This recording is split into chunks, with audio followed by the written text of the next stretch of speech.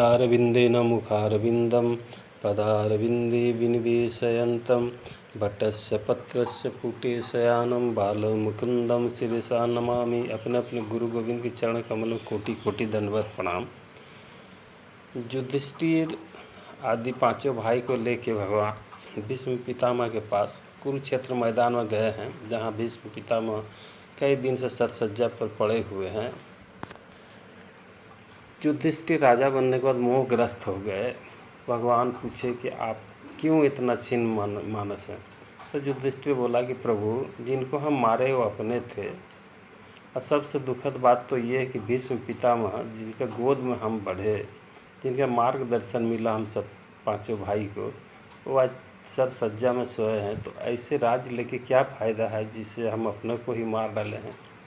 भगवान अनेक तरफ से समझा दिए कि देखो भैया, जो राजा होता है उसके लिए राजधर्म, जाति धर्म, ये सब पहले होता है, और इस तरह से राजा का मोहग्रस्त होना ठीक नहीं। लेकिन युधिष्ठिर जी को प्रबोध नहीं हुआ, शांति नहीं मिला। तब बोले चलिए, भीष्म पितामह के पास लेके आए। पांचों भाई प्रणाम किए हैं, भगवान भी प्रणाम किए, और भगवान पीछे हट गए।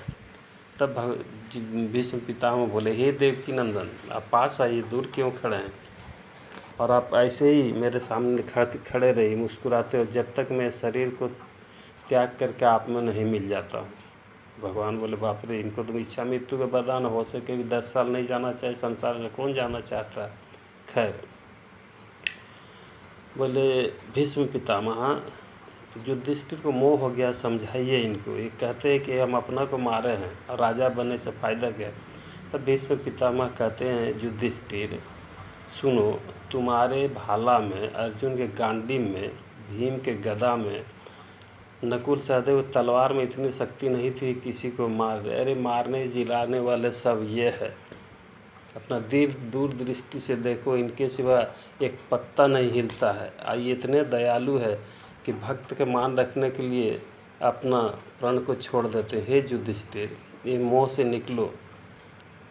तब युधिष्ठिर को शांति मिला और समझ गए कि ये जो सामने खड़े हैं ये पार ब्रह्म परमात्मा है, देवकी नंदन, वसुदेव नंदन बने हुए हैं।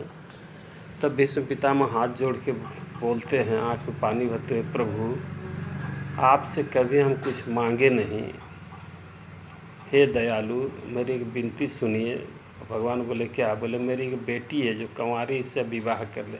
भगवान और पांचों पांडव बोले, भगवान ये कैसे बोला, आपकी बेटी? बोले, हाँ, ये जो मेरी बुद्धि है ना, जो वितृष्णा है, इसमें कोई तृष्णा नहीं, इससे विवाह कर लीजिए। भगवान बोला, ठीक है।